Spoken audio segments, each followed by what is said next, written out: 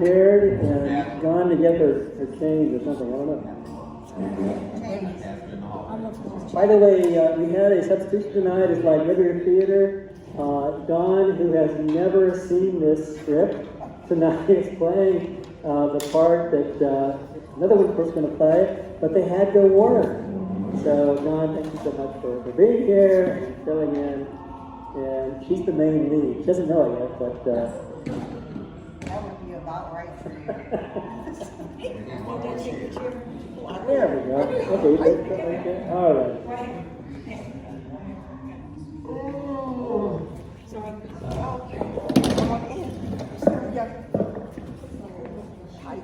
So everybody's in the camera? Yep. Everybody's in. Everybody's in? I'm looking at it. Okay.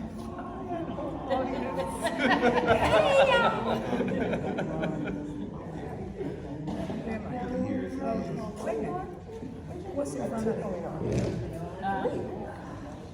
Oh, that was me? I was Now your face is all in it.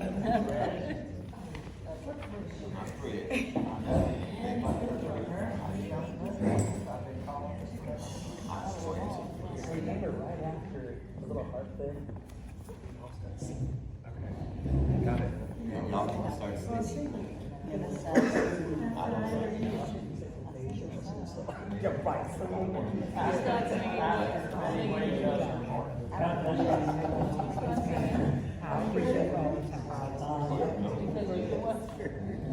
Ladies and gentlemen, I am proud to announce that WCPG 196.4 on your AM dial is going to bring to you tonight the words of Charles Dickens.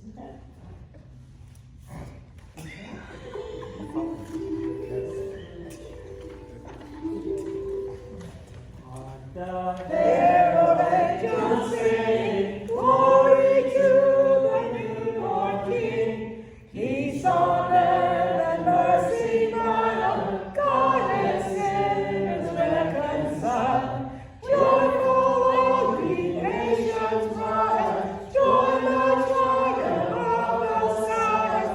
With angelic hosts obey, Christ is born in Bethlehem. On the herald angels sing, glory to the newborn King.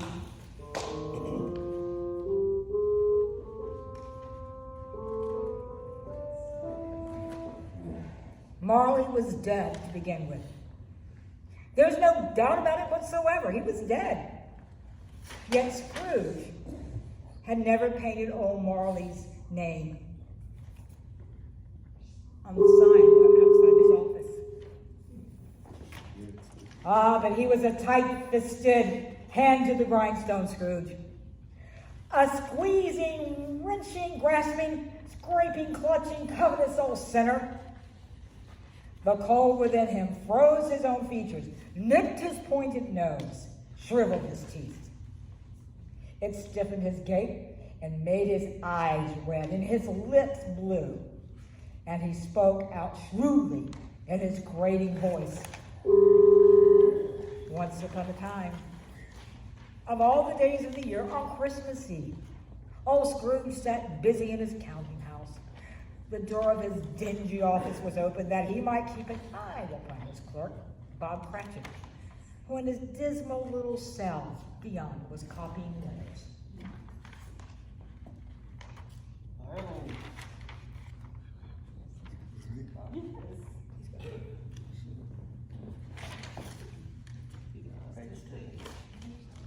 Sorry. Now, Nicholas, you have owed me 11 shillings, 3 pence. If this amount is not paid with interest, Merry Christmas, Uncle. Merry Christmas, Bob. Merry Christmas, Mr. Fred. A very Merry Christmas, Uncle. Nah, humbug. Christmas humbug? Oh, you don't mean that, I'm sure. I do. Merry Christmas? What right have you to be married? What reason do you have to be married? You're poor enough. Come on now, what right have you to be dismal? You're rich enough. Humbug. Aw, now, don't be cross, Uncle. What else can I be when I live in such a world of fools as this? What is Christmas to you but a time for finding yourself a year older and not an hour richer? If I could work my will, every idiot that goes about it with Merry Christmas on his lips should be boiled with his own pudding and buried with a stake of holly through his heart. Uncle! You keep Christmas in your way, I'll keep Christmas in mine. But you don't keep it. Leave me alone. Much good it does you, much good as it has ever done you. There are many things by which I may have derived good by which I have not profited, I dare say. Christmas among the rest, but I have always thought of Christmas time as a good time, a kind, forgiving, charitable, pleasant time.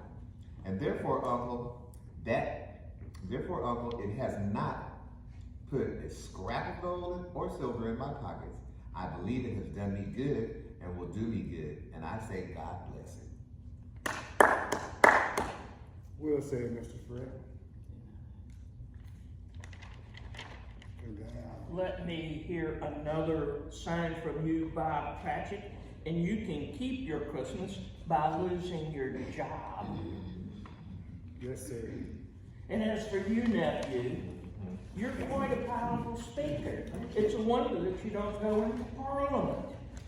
Don't be angry, Uncle. Come on, dine with us tomorrow. I would sooner see you in... Cratchit, what are you doing? I was just putting more coal in the fire, Scrooge. Seeing as your nephew came in and it's cold. More cold indeed. Put it back in the bin. Uncle, why will you not have dinner with us? Why did you get married? Because I fell in love. Yeah, because you fell in love. That's the only thing in the world more ridiculous than Merry Christmas. Nah, Uncle. But you never came to see me before that happened. Why give it as a reason for not coming now? Good afternoon. I want nothing from you. I ask nothing of you. Why can't we be friends? Good afternoon. I'm sorry to find you so resolute. But I've tried, and I will keep my Christmas humor to the last. So, a Merry Christmas, Uncle. Humbug. And Happy New Year, too. Good afternoon. A Merry Christmas to you, Bob, and to Mrs. Cratchit and Tiny Tim. Thank you, Mr. Fred, and a very Merry Christmas to you, sir. Nonsense. Blubbery. Not 2 cents to rub together in their pockets, and they're talking about a Merry Christmas. Bob.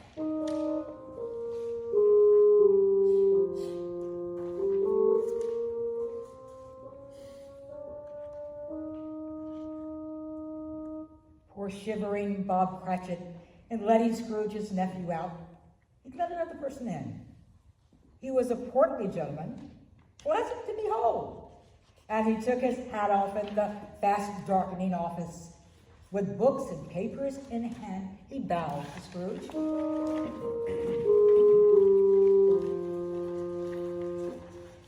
Scrooge and Marley, I believe. Have I the pleasure of addressing Mr. Scrooge or Mr. Marley? Marley's been dead these 7 years. Died 7 years ago this very night. Then I have no doubt that his liberty is well represented by his surviving partner.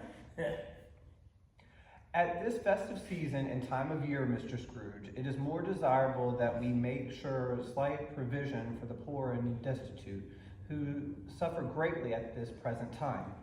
Many thousands are in want of common necessities. Hundreds of thousands and in want of common comfort, sir. Are there no prisons? Plenty of prisons. The union workhouses, are they still in operation?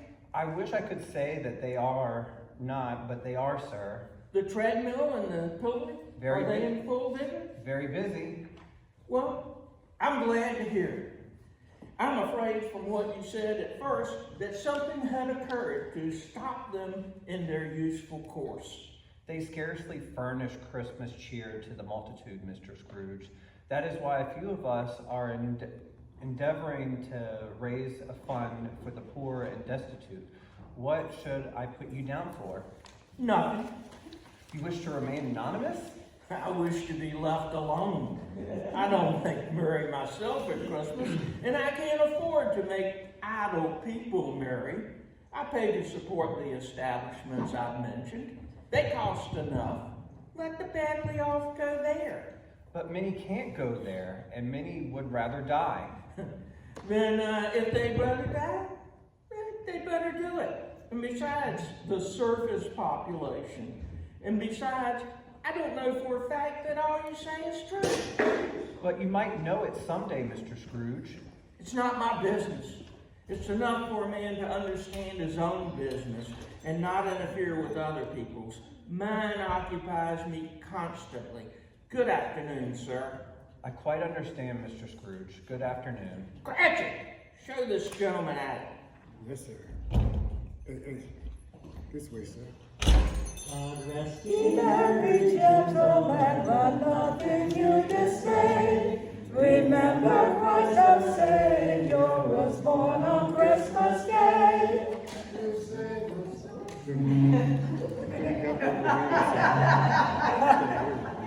Now we need it together, Peter.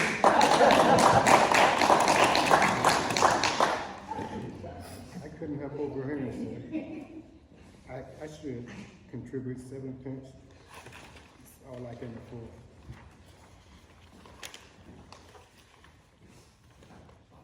But if there are others in worse situations than I am, Thank you, most generous. I wish I could say the same for your employer. Oh, tidings of comfort and joy. he has a good heart, and he, Cratchit, yes, sir. Comfort and joy. close that door and shut out that infernal caterwauling. Yes, sir. Good day, sir. And to you. Oh, tidings of comfort and joy. Bob, have you finished copying those letters? Yes, sir. Full of errors, I assume? Oh, no, sir. You want the entire day off tomorrow, I assume? It's quite convenient, sir. It's not convenient. It's not fair. If I was to stop half a crown for you, you would think it yourself ill-used. I'll be bound. Well, And yet, you don't think me ill-used when I pay you a day's wages for no work? it's only once a year, sir. Once a year, indeed. Poor excuse for picking a man's pocket every 25th of December. I suppose you must have the whole day, be here all the earlier the next morning? Oh, I will, sir. I will indeed. Good night, sir.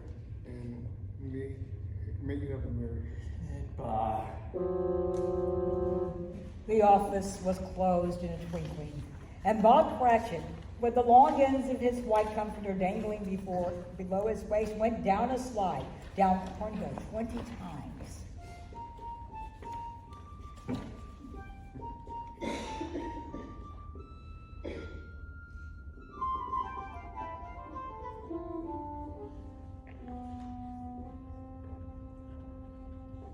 And in honor of it being Christmas Eve, Ben ran home to Camden Town as hard as he could go to play with his family at Blind Man Bluff.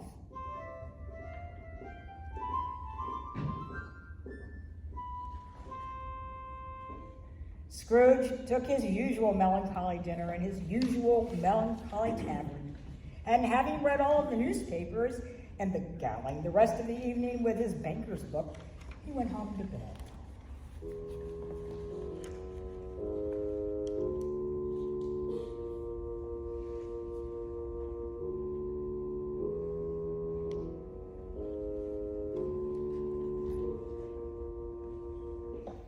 He lived in gloomy chambers that had once belonged to his deceased partner Marley.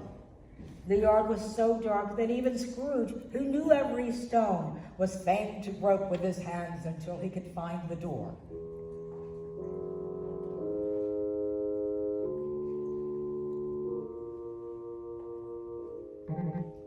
The store seems to move every time. Now, it's true that there was nothing particular about the knocker on the door except that it was very large. Let it also be borne in mind that Scrooge had not bestowed one thought on Marley since the last mention of his dead partner that afternoon.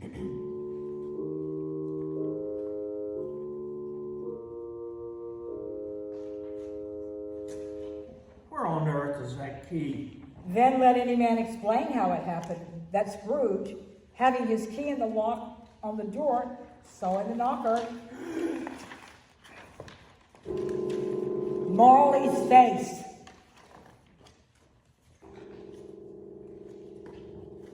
With ghostly spectacles turned up upon his ghostly forehead, and though the eyes were wide open, they were perfectly motionless. That, and its livid color, made it horrible. To say that Scrooge was not startled would be untrue. But he put his hand upon the key, and turning it firmly, he walked in and lit his candle. He did look cautiously behind the door. That's all right. He did pause before he shut it. Nothing here. As he closed the door, it resounded through the house like thunder.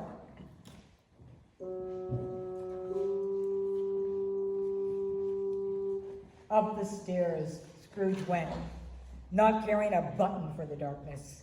Darkness is cheap, and Scrooge liked it. But before he shut his inner door, he went through all the doors to make sure that everything was okay. Sitting room, bedroom, lover room, all as they should be. Nothing wrong here. Nobody under the table. There's nobody under the sofa. A small fire in the grate. Oh, nice fire. Nobody under the bed. There's nobody under the sofa. Nobody in the closet. Nobody in his dressing gown, which hung in a suspicious attitude against the wall. I'm getting stupid. Quite satisfied, he closed his door. And he locked himself in. Double locked himself in.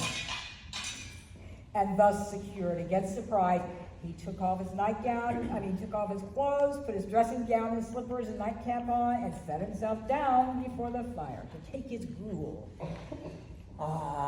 Now I can be comfortable.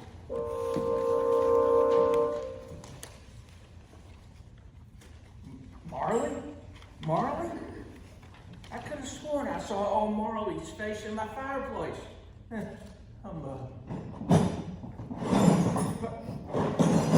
What is this? What? Someone's in the wine cellar? Well, the door's double locked.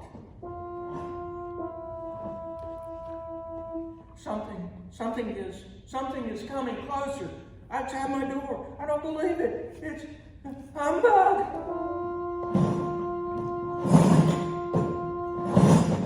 Ebenezer Scrooge! Oh, no. What do you want with me? I want much of you. Who are you? Ask me who I was. Pretty particular for a ghost. All right then. Who were you? In life, I was your partner, Jacob Marley. But you're dead. 7 years this very night. You don't believe in me? I do not. Why do you doubt your senses? Because little things affect them. A slight disorder of the stomach makes them cheat.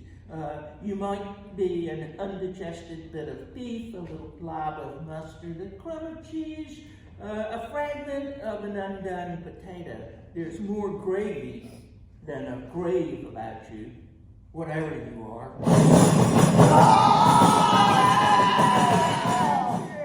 Grateful apparition, why do you trouble me? Man of the worldly mind, do you believe in me or not? I do, I must. But why do you walk the earth? Why do you come to me? Why don't you answer me? It is required of every man that the spirit within him should walk abroad amongst his fellow men. And if that spirit goes not forth in life, it is condemned to do so after death, to witness what it cannot share, but might have shared on earth, and turned to happiness. You're fettered. Tell me why.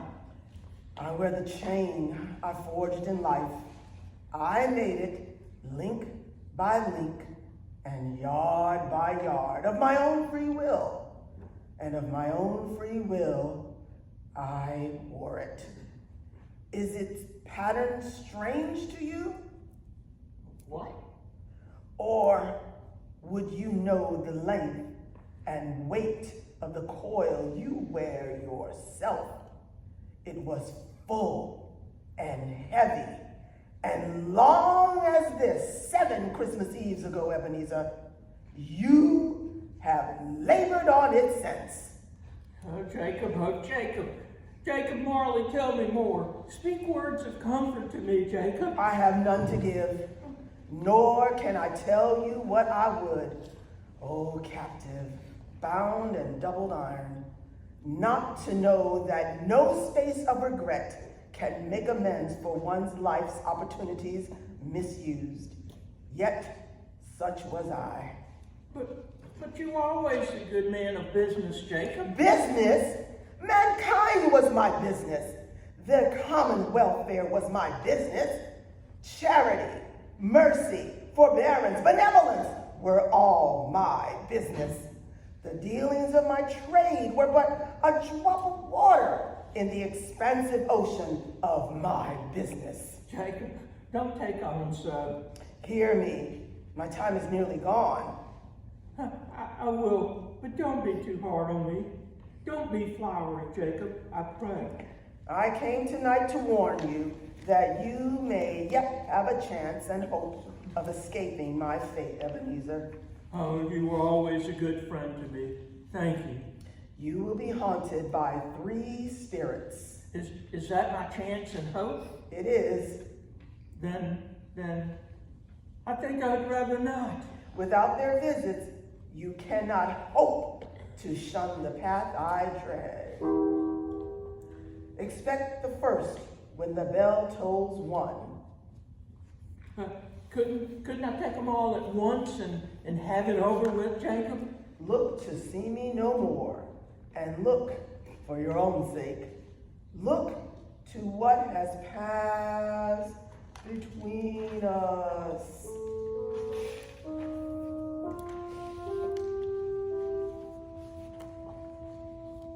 And Scrooge followed to the window, through which the ghost had disappeared as the wind. The air was filled with phantoms, all wearing chains like Marley's ghost. And then, being from the emotion he had undergone, or from the fatigue of the day, much in need of repose, he went straight to bed without undressing and fell asleep, just like that. When Scrooge awoke, he was endeavoring to pierce the darkness of his chamber when the chimes of a neighboring church struck a quarter, so he listened for the hour. Oh, expect the first when the bell tolls 1. There's the hour, and nothing else.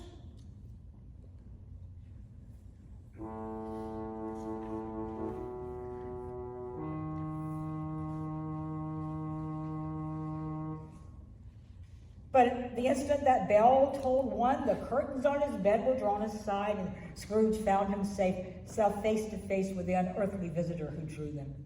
As close as I am to you, and I'm standing in the spirit at your elbow.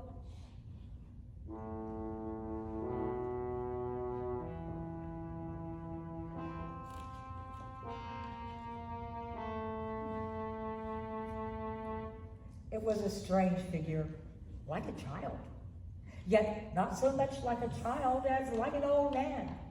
Its hair, which hung around his neck and down his back, was white with age, and yet the face had not one wrinkle. Ebenezer Scrooge, I have come for you. You? Are you the spirit that was foretold to come see me? I am. And who and what are you? I am the ghost of Christmas past. Long past? No, your past. What do you want of me? What business brings you here? Your welfare. My welfare? A night of unbroken rest would have been... Your reclamation then. Take heed and rise and walk with me. No, not out the window. Pray, I'm immortal and liable to fall.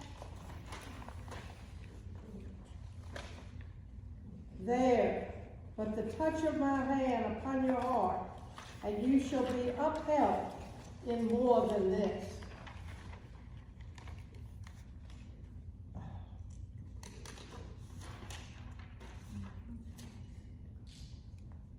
Come, let us be going.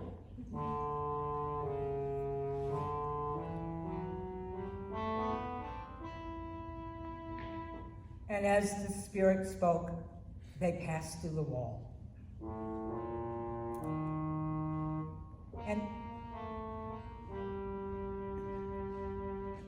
And stood on an open country road, Scrooge recognizing every gate and post and tree. They have no consciousness of us. Yes, I know. I was a boy here. I was bred in this place. You recollect the way? Recollect it. I could walk it blindfold. Strange to have forgotten it. It was so many years. Let us go on.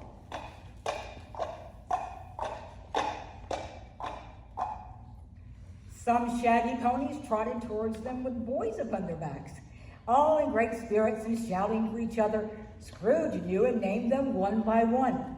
Why was he filled with gladness when he heard them wish each other Merry Christmas as they parted for their separate homes? What good had Christmas ever done him? They've left the school in celebration of my Christmas.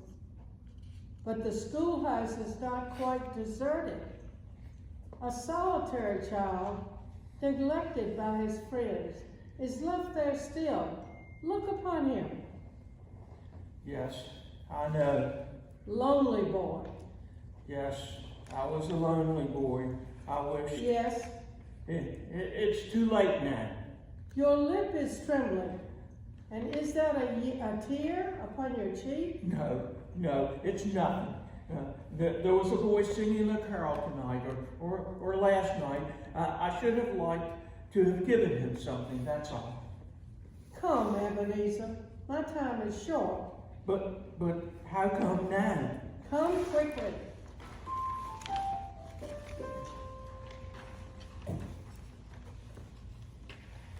You're older than in the prime of life. No, spare me this. See how your face begins to wear the signs of care and avarice, the greedy, restless motion in your eyes? No, please. The fair young girl beside you, she sees it too. Goodbye, Ebenezer. You are never really here. Another idol has displaced me. And if it could cheer and comfort you in time to come, as I would have tried to do, I have no just cause to grieve. What idol has displaced you? A golden one. Is this the evil-handed dealing of the world? Nay, I have seen your nobler aspirations fall off one by one, until a master passion, gain, engrosses you. If I had grown so much wiser, what then? I've not changed, nor you. Our contract is an old one. It was made when we were both poor and content to be so. You were another man then. I was a boy. Your own feelings tell you that you are not what you are. That is why I can release you.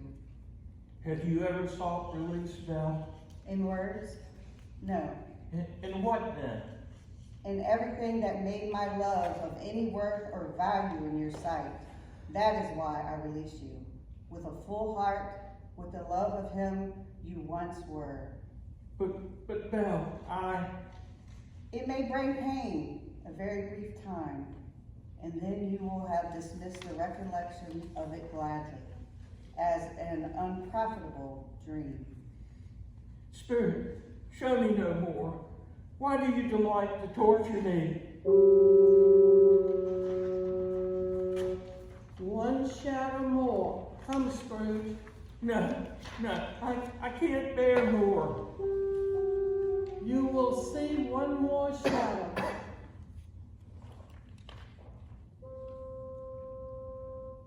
You seem to remember Belle, Ebenezer, and the man, he might have been you. By the by, Belle, I saw old Fenderburg this afternoon. Who was it? Yes. How can I? Don't I know? Mr. Scrooge. Mr. Scrooge it was. I passed his window and it wasn't shuttered. And he had a candle inside. I could scarcely help seeing him there. His partner lies upon the point of death, I hear. And there he sat, alone. Quite alone in the world, I do believe. Spirit, take me from this place. I told you there are shadows of the things that have been, that they are what they are. Don't blame me. Remove me. I cannot bear it. Take me back. Haunt me no longer. I'll leave you now, but look for the second spirit tomorrow night when the bell tolls one. When the bell tolls one. And with the spirit's last words, Scrooge was aware of being exhausted and further of being in his own room. Falling back upon his bed, he sank into a heavy sleep. When Scrooge awoke, the bell, again, was on the stroke of one. His room had undergone a surprising transformation. The walls and ceiling were hung with living greens, and heaped upon the floor to form a kind of throne were turkeys, game, great joints of meat, plum puddings, barrels of oysters, red-hot chestnuts, and cherry-cheeked apples, and juicy oranges, and seething bowls of punch. It made the chamber dim with their delicious steam. In easy state upon his couch, there sat a jolly giant, glorious to see.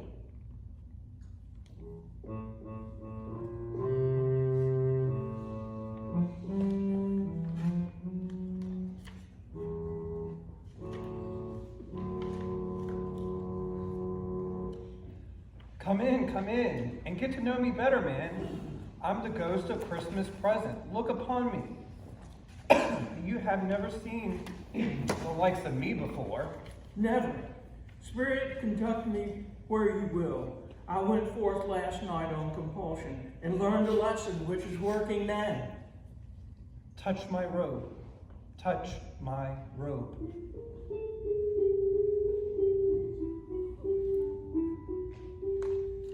Where have you brought me, Spirit? To the dwelling of your clerk, Bob Cratchit. See his wife and thrice turned gown, and Master Peter Cratchit, and Melinda, and Martha, and last Tiny Tim, who bears a crutch, and his limbs are supported by an iron frame. Look upon his family, full of happiness here.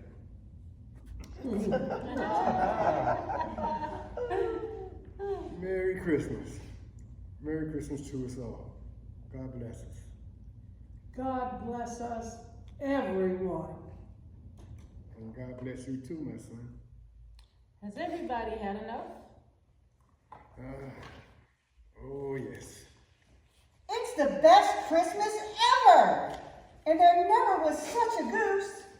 It's so good to be home, Father. I love you all so much. It's good to have you here, Martha, my dear. It always is. And how did little Tim behave in church, Robert? As good as gold and better.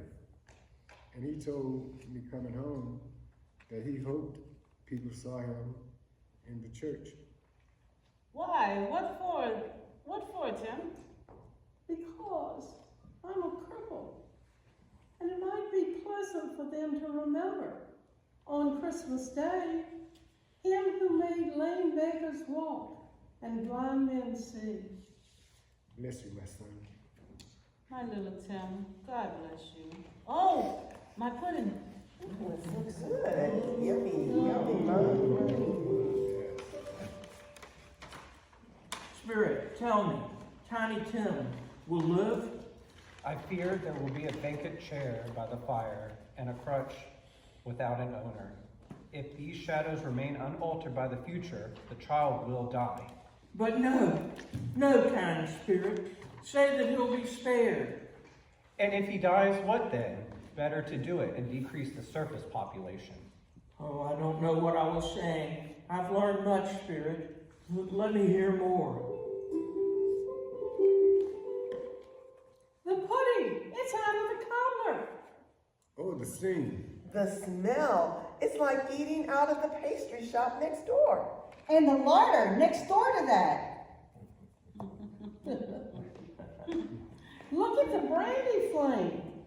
And the piece of holly stuck in the top. The greatest process, the greatest success to have achieved in our marriage, my dear. And I was so fearful about the quality of flour. Oh, it's so perfect, dear. It's delicious, Mom.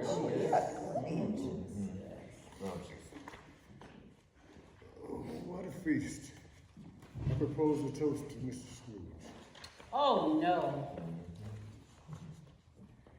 the founder of the feast. The founder of the feast. I wish I had him here. I'd give him a piece of my mind to feed on. Dear, it's Christmas song. It should be Christmas Day, I'm sure, on which one drinks to the health of such an odious, stingy, hard, unfeeling man as Mr. Scrooge. Ouch! My dear, Christmas Day.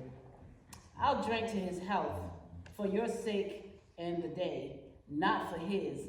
Long life to him. He'll be very happy and very merry this day, I have no doubt. And I say, God bless him too, and everyone.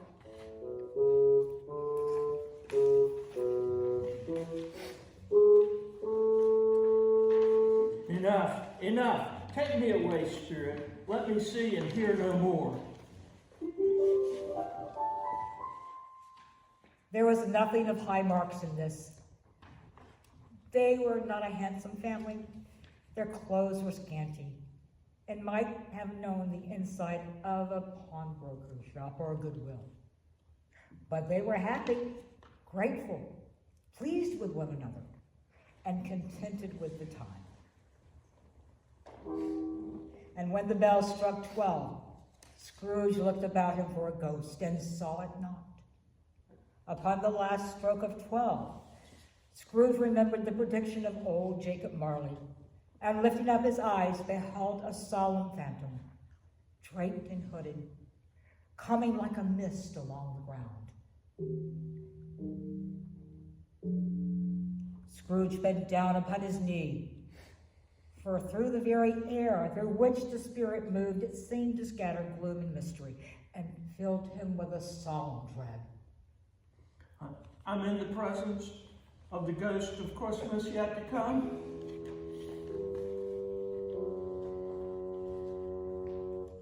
Ghost of the future, I fear you more than any specter I've seen. But as I know your purpose is to do me good, and as I hope to live a better man than I was, I'm prepared to bear your company and do it with a thankful heart. Why do you not speak to me? Lead on. The night is waning fast, and it is precious to me. I know. Lead on, Spirit. Here, on a common street, Spirit? What is there for me to learn here? Yes, I'll listen. I don't know how much about either way. All I know is he's dead. I thought he'd never die. What's he done with his money? I haven't heard. He hasn't left it to me. That's all I know. It'd likely be a very cheap funeral. On my life, I really don't want to go to it. What if we make it a party and I volunteer? I don't mind going if lunch is provided. Always hungry. Who should we get to go? Spirit, who is this unhappy man of whom they speak? Yes, I'll follow. Bob Cratchit's house again. But it's so different, Spirit. Why is it so quiet? So very quiet.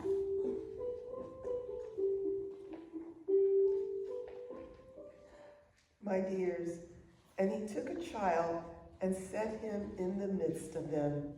Oh, Martha. Mother dear, you mustn't. Try to be brave for Father's sake. It's almost time for him to be home. Yes, Martha. Oh, he's so late tonight. He walks slowly now than he used to. And yet, I've known him to walk very fast indeed with Toddington upon his shoulder. So have I, Mother. But he is so very light to carry, and his father loves him so. It was no trouble at all. Father, oh Father. Hi, Mom. Why are you so late, Robert? I went to church today. I wish you could have gone with me. I would have done you good to see how sweet the green place it was. That I could see it often. I promised him we'd walk there Sunday. Oh, Mother dear.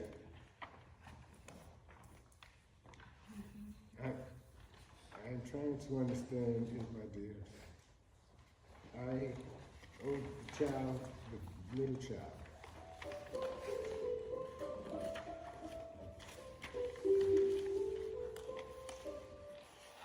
That's cruel, Spirit. Cruel. Tiny Tim should live.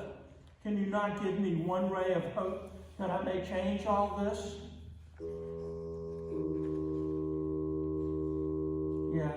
Yes, lead on, Spirit. Mercy, good heavens, what is that? A churchyard, overrun by grass and weeds. So many graves. Oh, Spirit, answer me one question. Are these shadows of things that will be, or are they shadows of things that may only be? Will you not speak to me? Is it to that grave which you point? Yes, I'll look. I'll read the inscription. It's it's 70. No, Spirit, no. I'm not the man I was, good Spirit. Assure me that I may change these shadows that you have shown upon me in an altered life. I will honor Christmas in my heart. I'll try to keep it all year. Tell me I may spurge away the writing on the stone. I beg you. Tell me that I can undo all the suffering I have caused. Spirit, I beg you. What is this? My bedpost? My bed?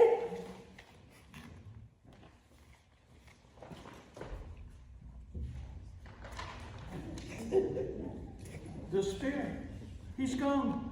Oh, Jacob Marley, heaven in the Christmas time be praised for this. I say it on my knees, oh Jacob, on my knees. What day is it? I don't know what to do. I'm as light as a feather. I'm as merry as a schoolboy. Hello? Hello? Hello? Hello? I must open the window. Ah, golden sunlight.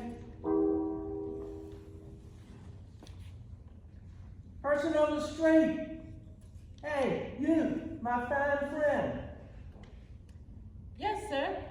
What is today? Today? Why, it's Christmas Day. Christmas Day? I haven't missed it. The spirits have done us all in one night. Oh, hello there. Do you know the poultry shop in the street next door? I should say I do. Oh, you're so intelligent. You know whether they have sold that prize turkey that was hanging up there? The one as big as me? Ah, yes, my fine friend. It's hanging there now. Go and buy it. Buy it and bring it to me, and I'll give you half a crown. Oh, I'll send it to Bob Cratchit. It's twice the size of Tiny Tim. There never was a joke of sending it to Bob's relief. Oh, boy. He dressed himself in all of his best and at last got out into the streets. He had not gone too far before he beheld a portly gentleman coming towards him who had walked into his counting house the day before. He knew what path lay straight before him, and he took it. My dear sir, how do you do? Merry Christmas to you, sir. I hope you succeeded yesterday. Mr. Scrooge? It's my name. I fear it might not be pleasant to you, sir. Allow me to ask your pardon. And would you have the goodness to accept, I must whisper it. Why, Lord bless me, are you serious? Not a farthing less. A great many back payments are included in it, I assure you. Can you come see me? Will you? Will you come and see me? I will indeed. Oh, thank you 50 times. God bless you.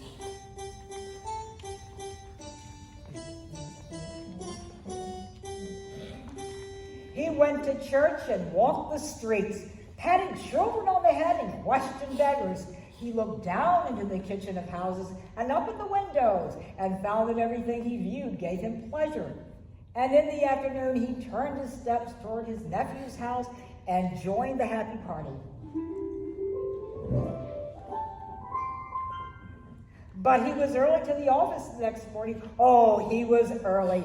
If he could only be there first and catch Bob Cratchit coming late. And he did. Yes, he did. The clock struck 9. No Bob. A quarter past. No Bob. And then... You there, Cratchit. What do you mean coming in late? Oh, I'm sorry, sir. I'm behind a little. You are? Yes, I think you are. Step this way, sir, if you please. It's only once a year, sir. I was making Brother Merry Christmas.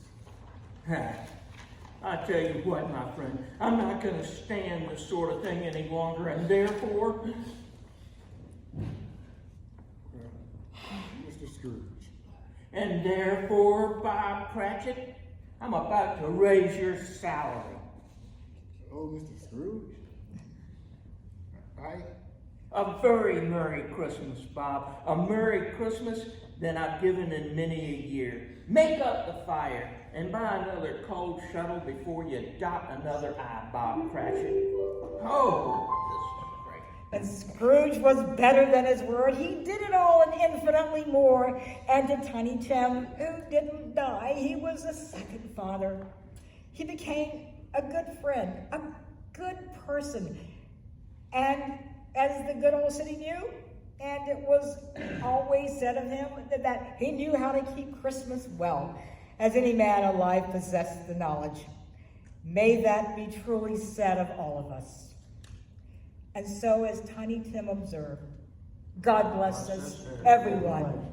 Joy to the world, the Lord is come. Let earth receive her King. Let every heart prepare in room. And heaven and nature sing, and heaven and nature sing, and heaven and nature sing. The end. Yay!